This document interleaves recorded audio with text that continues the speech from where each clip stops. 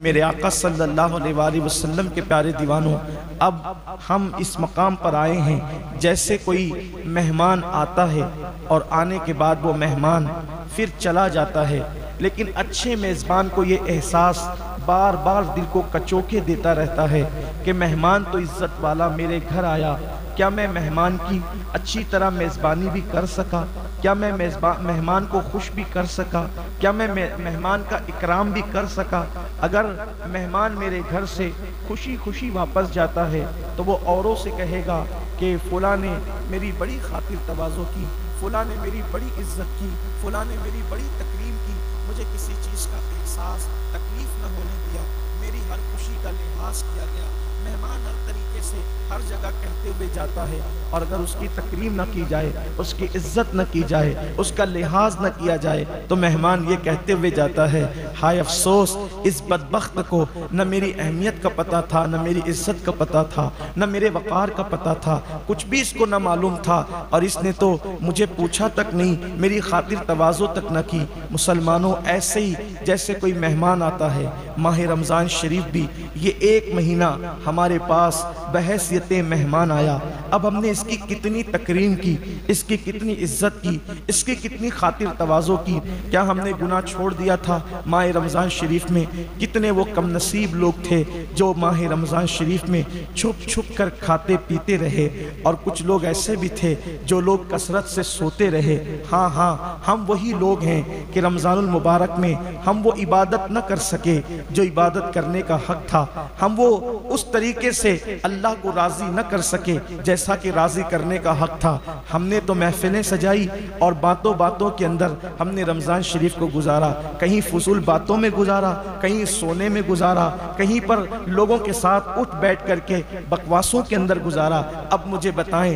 یہ رمضان شریف جائے گا اور ضرور جائے گا، چند دن میں چلا جائے گا، لیکن یہ جہاں سے آیا تھا وہاں جائے گا۔ ہمارا مہمان جہاں سے آتا ہے وہاں لوٹ جاتا ہے۔ رمضان المبارک اللہ کے حکم سے اللہ کی طرف سے آیا تھا، اور یہ اللہ کی طرف پھر لوٹ جائے گا۔ اللہ کی طرف لوٹ کر یہ ہماری میزبانی کے بارے میں کیا تعریف کرے گا اور کیا شکایت کرے گا؟ اللہ نہ کرے، ہزار بار نہ کرے، اگر ماہ رمضان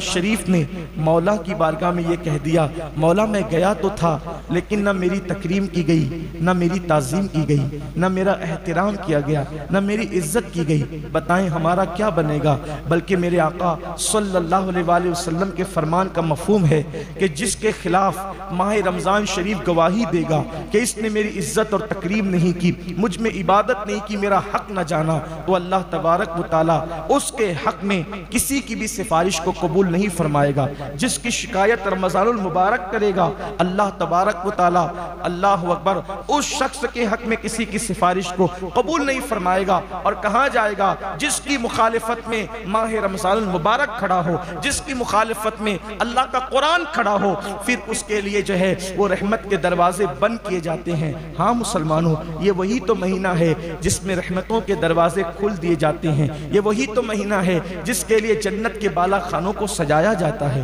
یہ وہی تو مہینہ ہے جس میں روزہ رکھنے والوں کے لیے حوران بہشت یوں دعا کرتی ہے کہ اللہ مجھے ان کا شوہر بنا جو رمضان المبارک کے اندر پیاسے رہتے ہیں اور تیری عبادت کرتے ہیں۔ روزہ کون سی عبادت کا نام ہے؟ حضرت سیدی سلیمان دارانی رحمت اللہ تعالیٰ علیہ فرماتے ہیں، ایک مرتبہ میں نے روزہ رکھا سخت گرمی میں، اور میں نے خواب میں دیکھا کہ کوئی کہنے والا کہہ رہا ہے، سلیمان کیا تم اتنے دینار کے عوض یعنی سونے کے سکے کے عوض تم اپنا روزہ بیچ دو گے ہمیں، کہ روزے کا ثواب بیچ دو گے ہمیں؟ حضرت سلیمان دارانی کہتے ہیں، واللہ اگر ایک روزے کے بدلے مجھے پوری دنیا اور اس پوری دنیا کے سوا جو کچھ ہے اگر سب مل جائے تو بھی میں ایک روزے کا صلہ نہیں بیچوں گا، اس لیے کہ میں تو روزے کا صلہ دیدار الہی، اللہ کے حسن کا دیدار چاہتا ہوں۔ تو کیف سے ندا آتی ہے، سلیمان روزہ رکھتا رہے اس لیے کہ روزے داروں کو اللہ کا دیدار نصیب ہوگا، اللہ کا دیدار کرایا جائے گا۔ اور اللہ نے فرمایا، اے میرے روزے دار بندو، جو لوگ روزہ نہیں رکھتے ہم ان کو اپنے دیدار سے محروم کریں گے، لیکن جو روزہ رکھتے ہیں ہم ان کو جنت میں جمع کر کے اور ان کو تخت پر بٹھا کر ان کے کمر کے نیچے تکیے دے کر کے پھر اپنے حسن سے پردے ہٹائیں گے، نقاب ہٹائیں گے، اور اس کے بعد ان کو اپنا دیدار نصیب کریں گے۔ اللہ اکبر، ایسے دیکھیں گے لوگ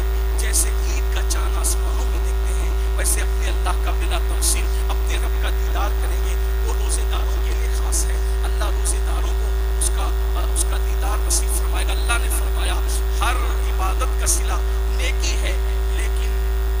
اللہ تبارک و تعالیٰ کے روزے دار بندوں، روزے کا صلہ اللہ تبارک و تعالیٰ نے جنت نہیں رکھی، بلکہ اللہ فرماتا ہے روزہ میرے لیے ہے اور میں ہی اس کی جزا ہوں۔ یعنی روزہ رکھنے کا صلہ دیدار الہی ہے، اللہ کا دیدار ہے۔ لوگ روزے کی اہمیت کو تو سمجھے، لیکن بس آج جمعۃ الوداع کے اندر کچھ زیادہ نہیں کہنا، صرف اتنا کہنا ہے وہ جمعہ جس کے جانے پر آسمان ہوتا ہے، وہ رمضان المبارک جس کے